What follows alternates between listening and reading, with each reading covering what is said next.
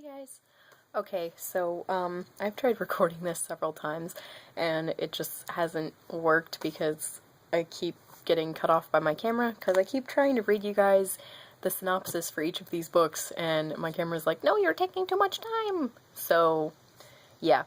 This is going to be a book haul and instead of reading you guys each synopsis, I'm just going to tell you guys the title and the author, and if you guys want a synopsis for any of these, just let me know down below.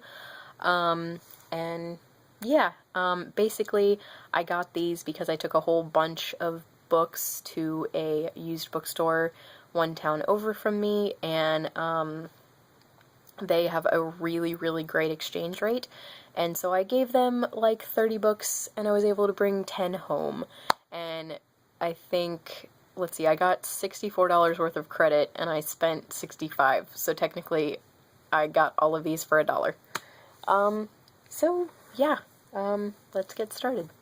Okay, the first one is The Inheritance by Louisa May Alcott, and this, I'm so excited to read this. I've been looking for this in a store forever. I could have gotten it on Amazon, but then I found this edition in the bookstore, and it was beautiful, like way prettier than the one on Amazon.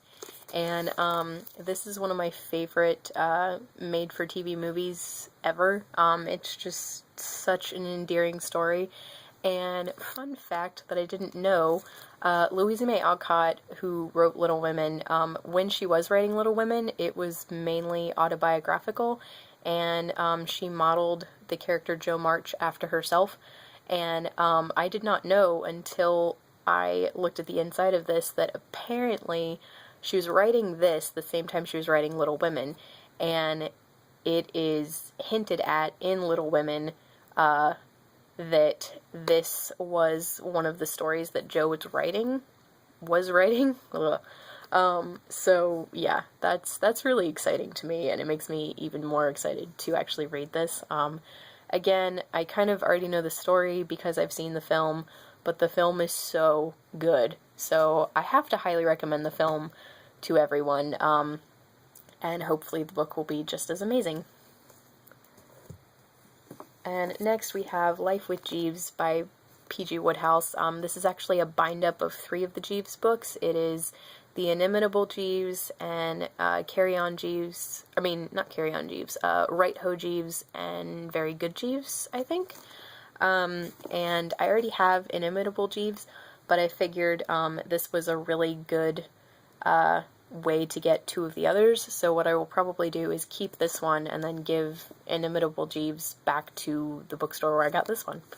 And I think this is a really good cover, and for those of you who don't know about P.G. Wodehouse, the Jeeves and Wooster TV series with Hugh Laurie and Stephen Fry is based on these books, and basically he's just an English butler who works for this guy who kind of who gets up to a lot of mischief. So yeah, it's very comical, and I'm really excited to read this one. Next we have Fried Green Tomatoes at the Whistle Stop Cafe by Fanny Flagg. This is one of the most amazing films that I've ever seen. It's heartbreaking and beautiful, and it just has made me very eager to get my hands on the book, and I finally did. And this is set in Alabama, and that's actually where my grandmother is from originally, so it made me even more excited to read this, so I'm gonna be very happy to get to this.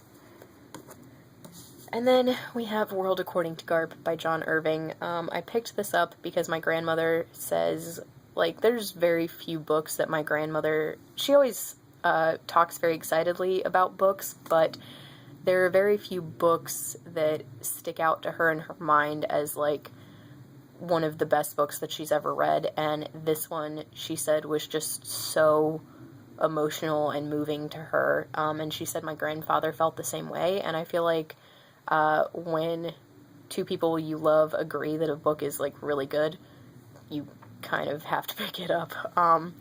Also, Prayer for Owen Meany by John Irving is one of my favorite books that I've ever read in my life. And one of the few school books that I've read in my life where I was like, wow, this is just really excellent, versus hating it, because most of the time in school I hated what we had to read. But yeah, so I'm very excited to get to this one, and I will probably read this after I read Cider House Rules, but I don't know. And then I have A Tree Grows in Brooklyn by Betty Smith, finally. I finally got my hands on this. Unfortunately, it was after Leslie's read-along over at Words of a Reader, but that's okay, because I am going to get to this eventually. And I love this edition, because the cover is raised, and then it has deckled edges and French flaps, and on the back it has a quote from it that says, "The world was hers for the reading." And basically, this is about a girl growing up in, I think it says Williamsburg, which is, I think, different from Brooklyn, but I could be wrong. Please correct me on that. I think it's one of the other suburbs of New York. But anyway, or not suburbs, boroughs. It's one of the boroughs, that was the word. But anyway, yeah, so it's about her growing up, I think, in the 1930s or 40s, and again, this is a really lovely edition, so I'm very excited to read this one. And then I got Candide by Voltaire. I read part of this in high school for one of my English classes, but we didn't end up reading the whole thing, and I really liked what I did read, so I finally wanted to pick this up. And it's kind of hard to explain.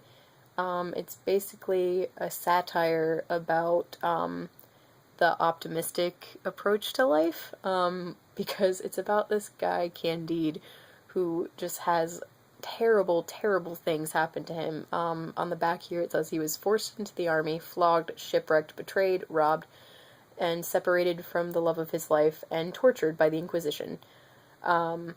And it says that as Candide witnesses calamity upon calamity, he begins to discover that all is not always for the best.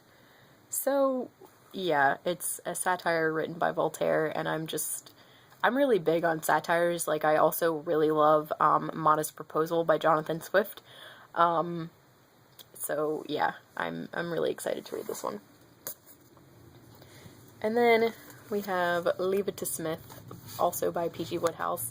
And this is actually in his Blandings series, but I do not yet own one of those, so, and I have heard that with Wodehouse you can pretty much read any of his books as standalones, so I was excited to pick this up.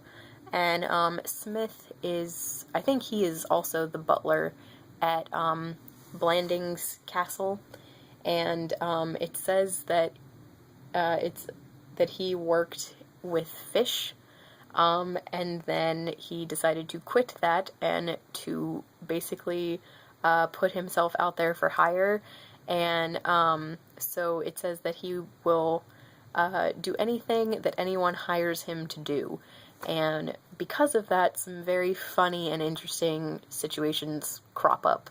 So I am very excited to get to this. I think it will be hilarious, and this cover is just really cool looking. Next we have The Book of Lost Things by John Connolly, and I know you guys are probably like, wait a second, didn't you haul that a while ago? It was in a library haul of mine, but then I realized I did not want to be restricted to having 3 weeks to read it, but I did want to get to it eventually, so I figured this was a good way to do. This does have some water damage, unfortunately, but it's not really bad, so yeah.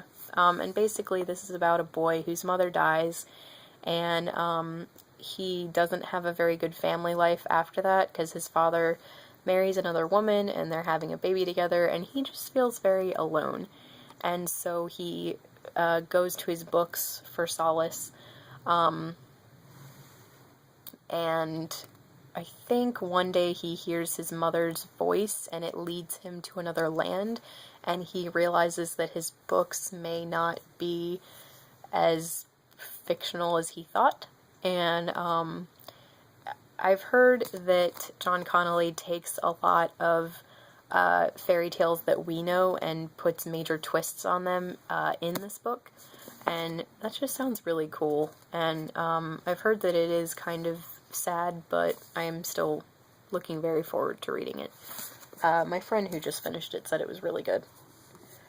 And then we have Innocent Traitor by Alison Weir. This is her novelization of the story of Lady Jane Grey. Lady Jane Grey was Queen of England for exactly 9 days, in between Edward VI, who is Henry VIII's son, and Bloody Mary Tudor. And yeah, so this is her story about how her parents basically forced her to take the crown. She didn't want the crown. She was very bookish and just wanted to be left alone. And yeah, they forced her to take the crown, and it ended up getting her beheaded. And it is a tragic story and beautiful, and I'm very excited to read Alison Weir's novelization of it. And also, for those of you who are history fans, I highly recommend the movie Lady Jane. It's from the 80s, and it has Helena Bonham Carter as Lady Jane Grey and Cary Elwes as her husband, and it is amazing. It is so good. So I highly recommend it to anyone who likes either of them or likes history in general. It is great. And then the last book that I got, finally, is Of Human Bondage by W. Somerset Maugham. This is a really creepy but somewhat beautiful cover, I think. That's why I was excited to get it. But anyway, I started this film, and it was really depressing, so I kind of turned off the film, but I'm hoping the book will be better. And basically this is about a guy who had a very religious upbringing. He was an orphan, and he was raised in an English vicarage, and they kind of beat religion into him so much, not literally, but figuratively, that he ends up kind of rebelling from it as an adult, and he meets this girl who is really mean and terrible and kind of slutty, and she seduces him, and I think breaks his heart several times, and it's basically about him learning a lot of life lessons through loving this girl, and there's some hard lessons, and it's really, I've heard this book is incredibly depressing, but it's also one of his best. So yes, I'm going to try this. And honestly, the good part about this is technically I got it for free, so if I get 100 pages into this and I'm not liking it, I can put it down and give it away. So yeah, we shall see. Okay, so those are the books that I got. I am a very happy person because I got them mostly for free, except for $1. So yeah, I'm very excited, and please ask if there's more synopsis that you want about any of these. Please let me know down in the comments.